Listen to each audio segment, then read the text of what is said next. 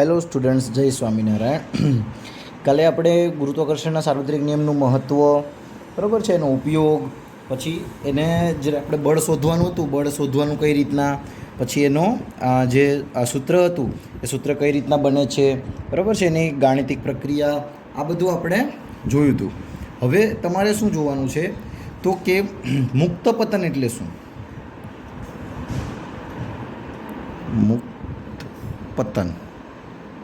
હવે મુક્ત પતન એટલે તો કે મુક્ત એટલે ફ્રી, મુક્ત એટલે ફ્રી, ખુલ્લું, એમને, રાઈટ. અને પતન એટલે પડવું, પતન એટલે પડવું. તો જો આ જે આપણી પાસે ઢાંકણ છે, તમે તમારા હાથમાં ઢાંકણ લેજો અને એને મૂકી દેજો. તો જે એ ઢાંકણ જે રીતે નીચે પડે છે એ શું થઈ ગયું? એનું મુક્ત પતન થઈ ગયું. જો જ્યારે એ અહીંયા આપણે એને છોડી દઈએ છીએ ત્યારે એ નીચે પડે છે, ત્યાં વચ્ચે કોઈ પણ જાતનો ફેરફાર થતો નથી. આની દિશામાં આમ કોઈ પણ જાતનો ફેરફાર તો નથી, એક જ દિશામાં એ ગતિ કરે છે, બરાબર છે. પણ જ્યારે એ નીચે ગતિ કરે છે ત્યારે એની ગતિની દિશામાં કોઈ પરિવર્તન નથી થતું. આની અંદર ગતિની દિશામાં કંઈ નીચેની જ હોય છે ને, ત્યારે એવું નથી કે તમે મૂકો છો અને તે આમ જતું રહે છે અથવા તો આમ જતું રહે છે. એટલે કે ગતિની દિશામાં કોઈ પરિવર્તન નથી થતું, પણ એના વેગના મૂલ્યમાં ફેરફાર થાય છે, વેગના મૂલ્યમાં ફેરફાર થાય છે. હવે વેગના મૂલ્યમાં જે પણ ફેરફાર આવે એને શું કહેવાય? પ્રવેગ. શું કહેવાય છે? પ્રવેગ કહેવાય છે. તો કોઈ પણ પદાર્થ આપણે એવું કહી શકીએ કે કોઈ પણ પદાર્થ જ્યારે પૃથ્વી દિશા તરફ પડતો હોય છે, રાઈટ. આવી રીતના આમ કરીએ એટલે આ ઉપરથી નીચેની તરફ, એટલે નીચે પૃથ્વી છે તો પૃથ્વીની દિશા તરફ પડતો હોય છે, એ સ્થિતિમાં શું ઉત્પન્ન કરે? પ્રવેગ ઉત્પન્ન કરે છે. અને એ પ્રવેગ કેના લીધે આવતો હોય? કેમ કે તમને ખ્યાલ હશે, આપણે આગળના 2-3 લેક્ચરમાં જોયું કે આપણી પાસે જેટલા પણ વસ્તુઓ છે, જે બધી પૃથ્વી તરફ આકર્ષાય છે અથવા તો પૃથ્વી પર પડે છે, જે પણ થાય છે એ બધું વસ્તુ કેના લીધે આધારે થાય છે? તો કે આપણા ચેપ્ટરનું નામ શું હતું? ગુરુત્વાકર્ષણ, રાઈટ. તો આ બધી વસ્તુ કેના આધારે થાય છે? ગુરુત્વાકર્ષણ બળને આધારે. માટે તમે એવું શું કહી શકો કે જે આ પ્રવેગ છે એને આપણે ગુરુત્વ પ્રવેગ કહી શકીએ, રાઈટ. તો પાછું જોઈએ તો કે કોઈ પણ પદાર્થ, બરાબર છે, કોઈ પણ પદાર્થ છે તમારી પાસે, એ પદાર્થ અમુક ઊંચાઈ સુધી જશે, અમુક ઊંચાઈ સુધી જશે પછી તો કે એ ત્યાં અટકી જાય છે. ત્યાં શું જઈ જાય છે? અટકી જાય છે. અને પછી તરત જ એ પૃથ્વી તરફની દિશામાં નીચેની તરફ ગતિ કરશે, રાઈટ. એટલે આને કહેવાય છે ફ્રી ફોલ, મુક્ત પતન. શું કહેવાય છે? મુક્ત પતન. એટલે કે આ પદાર્થ હવે નીચેની તરફ આવે છે. જ્યારે તમે એને આ દિશામાં મોકલો છો, ઉપરની દિશામાં, બરાબર છે, આ આપણી પૃથ્વીની સપાટી, બરાબર છે. તો જેવું તે ઉપરની તરફ જાય છે તો એક ઊંચાઈ પર આવીને અમુક ઊંચાઈએ શું કરશે? એ અટકી જશે અને ત્યાંથી એ નીચેની તરફ ગતિ કરશે, પડશે, બરાબર છે. ત્યાંથી એ નીચેની તરફ પડશે એટલે એનો મતલબ શું થઈ ગયો? તો કે એ પતન કરે છે. અને એના પતનને આપણે શું નામ આપીએ છીએ?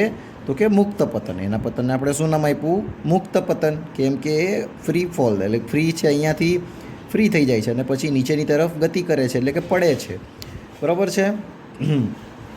હવે જોઈએ કે જે મુક્ત પતન થાય છે પદાર્થનું, બરાબર છે, આ આપણો પદાર્થ છે. પદાર્થ અમુક ઊંચાઈએ અટકી જાય છે, પછી નીચેની તરફ પડે છે, પછી નીચેની તરફ પડી જાય છે. તો આને કહેવાય મુક્ત પતન. હવે આ મુક્ત પતન છે, બરાબર છે, એ કોની ઉપર આધાર રાખે છે? તો કે આ મુક્ત પતન છે એ કોની ઉપર આધાર રાખે છે? તો કે ગુરુત્વાકર્ષણ બળ પર. તો એવું લખી શકીએ કે કોઈ પણ પદાર્થનું આ મુક્ત પતન ગુરુત્વાકર્ષણ બળ પર આધાર રાખે છે. હવે બીજી વસ્તુ, બરાબર છે, ગુરુત્વાકર્ષણ બળ પર આધાર રાખે છે, પણ મુક્ત પતનની અંદર, મુક્ત પતનમાં ગતિની દિશા બદલાતી નથી, પરંતુ વેગમાં બદલાવ થાય છે, જેને પ્રવેગ કહે છે. આપણે આગળ પહેલાં બી આના આગળના ચેપ્ટરમાં બી જોઈ ગયેલા હતા, બરાબર છે, ગતિના નિયમોમાં કે વેગમાં થતા ફેરફારને શું કહેવામાં આવે છે? પ્રવેગ. વેગમાં થતા ફેરફારને પ્રવેગ કહેવામાં આવે છે. તો આની અંદર જે વેગમાં ફેરફાર થાય છે, બરાબર છે, કેમ કે આપણે કીધું કે ગતિની દિશામાં તો કોઈ પણ ફેરફાર નથી થતો, પણ વેગની દિશામાં ફેરફાર થાય છે. ગતિની દિશામાં કોઈ પણ ફેરફાર નથી થતો, પણ વેગની દિશામાં શું થાય છે? ફેરફાર થાય, સોરી, વેગમાં ફેરફાર થાય છે. વેગની દિશામાં નહીં, વેગની અંદર ફેરફાર થાય છે. દિશા તો એક જ હોવાની, બરાબર છે. તો આ વેગની અંદર જે ફેરફાર થાય છે એ પ્રવેગ તરીકે ઓળખાય, બરાબર છે. એને શું કહેવાય છે? પ્રવેગ તરીકે ઓળખાય છે. અને આ પ્રવેગની કારણ શું છે? બરાબર છે, તેનું કારણ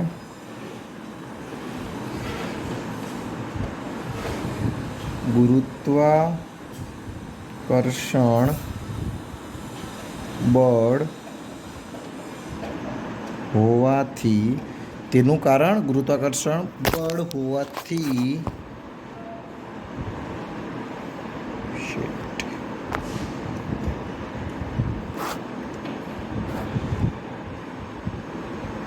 બરાબર છે, તેનું કારણ ગુરુત્વાકર્ષણ બળ હોવાથી શું થાય છે? હોવાથી તેને ગુરુત્વ પ્રવેગ પણ કહે છે. એટલે જે આ પ્રવેગ હતો, પ્રવેગને ગુરુત્વ પ્રવેગ પણ કહે છે. અને આપણે ગુરુત્વ પ્રવેગને, જેને સ્મોલ જી વડે દર્શાવાય છે. કેના વડે દર્શાવાય છે? સ્મોલ જી વડે, બરાબર છે. અને જીનો એકમ તે જ છે જે પ્રવેગનો એકમ, એટલે કે મીટર પ્રતિ સેકન્ડનો વર્ગ. અને પ્રવેગનો એકમ મીટર પ્રતિ સેકન્ડનો વર્ગ છે. મીટર સેકન્ડનો વર્ગ. આ બી લખો તો ચાલે અને આ બી લખો તો ચાલે, બરાબર છે. ખ્યાલ આવી ગયો?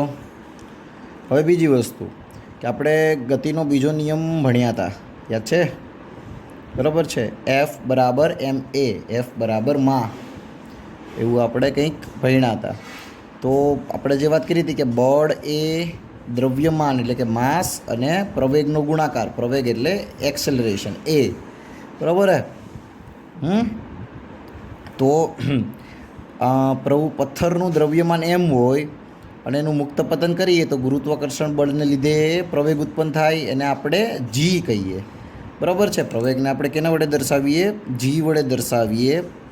તો પ્રવેગને જો આપણે જી વડે દર્શાવીએ તો તેને એનું મૂલ્ય શું થાય? ગુરુત્વાકર્ષણ બળનું મૂલ્ય, બરાબર, ગુરુત્વીય બળ જે લાગે એનું મૂલ્ય શું થાય? તો કે એફ બરાબર એમ ગુણ્યા જી, બરાબર છે. તો કોઈ પણ પથ્થરનું દ્રવ્યમાન એમ મુક્ત પતન થતાં તેનો પ્રવેગ જી, બરાબર છે, તેનો જી, અને લાગતું ગુરુત્વીય બળ બરાબર એફ. તો આનું સૂત્ર આપણે જોયું હતું કે એફ બરાબર એમ ગુણ્યા જી, ગતિના બીજા નિયમ પ્રમાણે, બરાબર છે. તો આપણે સૂત્રની અંદર મૂકી શકીએ એફની જગ્યાએ એમ જી બરાબર જી એમ ગુણ્યા એમ ડીનો વર્ગ, રાઈટ. હવે આને આપણે અહીંયા ભાગાકારમાં લઈ આવીએ તો શું થશે? જી બરાબર જી કેપિટલ એમ ડીનો વર્ગ. આ બની ગયું, બરાબર છે, ગુરુત્વ પ્રવેગનું સૂત્ર. અહીંયા એમ જે છે, આપણે એમની વાત કરીએ તો એમ બરાબર પૃથ્વીનું દળ અથવા તો દ્રવ્યમાન, અને ડી બરાબર પદાર્થ અને પૃથ્વીનું અંતર, રાઈટ, પદાર્થ અને પૃથ્વીનું અંતર. આ સૂત્રની અંદર ખ્યાલ આવી ગયો. આની વેલ્યુ 6.7 ગુણ્યા 10⁻11 એવું કંઈક છે, રાઈટ. ન્યૂટન મીટર વર્ગ કિલોગ્રામનો વર્ગ છેદમાં, બરાબર. આવી ગયો ખ્યાલ. હવે બીજી વસ્તુ કે આપણે જોઈએ કે કોઈ પણ પદાર્થ પૃથ્વી પર કે તેની સપાટી નજીક છે, બરાબર છે, અને અંતર ડી, આપણે અંતરની વાત રાખીએ ડી, રાઈટ. તો પૃથ્વીની ત્રિજ્યા આર જેટલું થશે. માની લો કે કોઈ પણ પદાર્થ છે, બરાબર છે, આ આપણી પૃથ્વીની ત્રિજ્યા છે. પદાર્થ અહીંયા હોય કદાચ, તો એનું અંતર કેટલું થાય? પૃથ્વીની ત્રિજ્યા જેટલું. પૃથ્વીની ત્રિજ્યાને તમે આર ગણો તો આ સૂત્રની અંદર એવું લખી શકાય કે જી બરાબર કેપિટલ જી ઉપર પૃથ્વીનું દળ અને આરનો વર્ગ,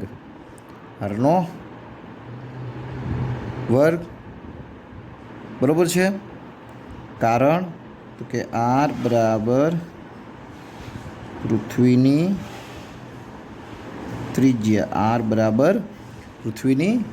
ત્રિજ્યા. અને બીજી વસ્તુ કે જ્યારે આપણે વાત કરીએ, બરાબર છે, કે પૃથ્વી છે આપણી, તમને ખબર હોય તો પૃથ્વી છે એ કંઈક આવી રીતના છે આપણી. આ બા હે ને ઉત્તર ધ્રુવ, બરાબર છે, અને આ દક્ષિણ ધ્રુવ, નોર્થ પોલ અને સાઉથ પોલ, બરાબર છે. તો આ બંને જગ્યાએ કેવી હશે? થોડી ચપટી હશે. તો એટલા માટે જો અહીંયાનું અંતર કેવું હશે? ઓછું હશે, ને અહીંયાનું અંતર વધારે હશે. આ એટલે વિષુવવૃત્ત. આ એટલે શું થઈ ગયું? વિષુવવૃત્ત થઈ ગયું. આ એટલે ધ્રુવ, બરાબર છે. આ અને અહીંયા ઉપર અને નીચે બંને બાજુ. તો અહીંયા જે ધ્રુવ ઉપર કેવું લાગે છે? આ બંને ધ્રુવ ઉપર જોઈએ તો કેવું બળ લાગશે? બરાબર છે, રાઈટ. જીનું મૂલ્ય કેવું હશે?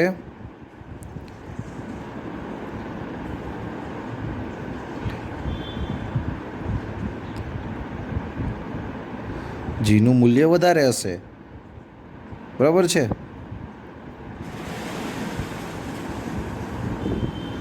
વિષુવવૃત્તની સાપેક્ષે, બરાબર. ખ્યાલ આવી ગયો. એટલે આપણે, અને જો આપણે ધ્યાન એવું રાખવાનું છે કે જીનું મૂલ્ય છે ને એ અચળ ગણીને જ વાપરવાનું છે. કારણ કે પૃથ્વીની સપાટી પર એક જ સરખું વાપરવાનું, એવું નથી કે પછી ધ્રુવ માટે અલગ વાપરવાનું કે વિષુવવૃત્ત માટે અલગ વાપરવાનું, બરાબર છે. પણ આપણે વાપરવાનું છે સરખું, બરાબર છે. ખ્યાલ આવી ગયો. સાપેક્ષ એવું કહી શકાય. વિષુવવૃત્તની સાપેક્ષે જીનું મૂલ્ય વધારે છે ધ્રુવો પર, વિષુવવૃત્ત પર એટલું ઓછું લાગે, બરાબર છે. હવે આપણે વાત કરીએ કે જી એટલે કે ગુરુત્વ પ્રવેગની ગણતરી. જી એટલે ગુરુત્વ પ્રવેગની ગણતરી, બરાબર છે. જી એટલે ગુરુત્વ પ્રવેગની ગણતરી. કઈ રીતના ગુરુત્વ પ્રવેગની ગણતરી કરશું? તો કે તમારી પાસે જે જીનું આપણે સૂત્ર હતું, જી બરાબર અહીંયા કેપિટલ જી છેદમાં આરનો વર્ગ. આ ત્રણેયની વેલ્યુ આપણી પાસે જોશે, બરાબર છે. તો જી આપણી પાસે છે કયો છે? 6.7 ગુણ્યા 10⁻11 ન્યૂટન મીટર વર્ગ કિલોગ્રામનો માઇનસ વર્ગ. આટલું છે જી, બરાબર છે. હવે પૃથ્વીનું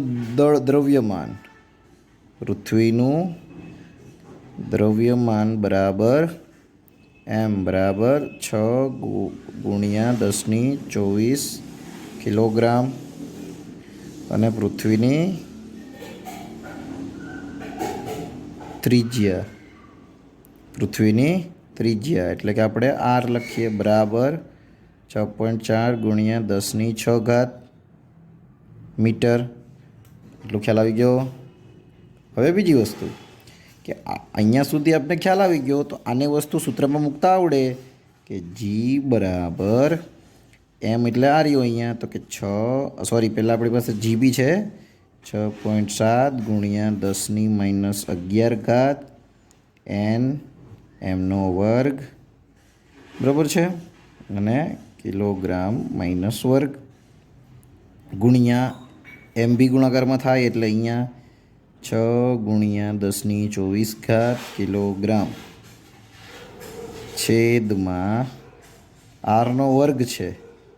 આરનો શું છે વર્ગ એટલે 6.4 ગુણ્યા 10⁶ મીટર આખાનો વર્ગ બરાબર છે. અને આપણે સૂત્રમાં પહેલાંની ઉપરથી કિંમત મૂકી દીધી. હવે તમે આ સૂત્રને સોલ્વ કરો એટલે કઈ રીતના જો આ કિલોગ્રામ છે અહીંયા નીચે આવી જાય તો કેજી ઉડી જાય બરાબર છે એટલે 1 કેજી વધશે.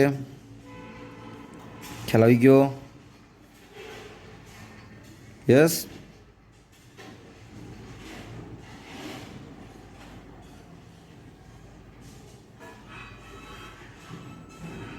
રાઈટ.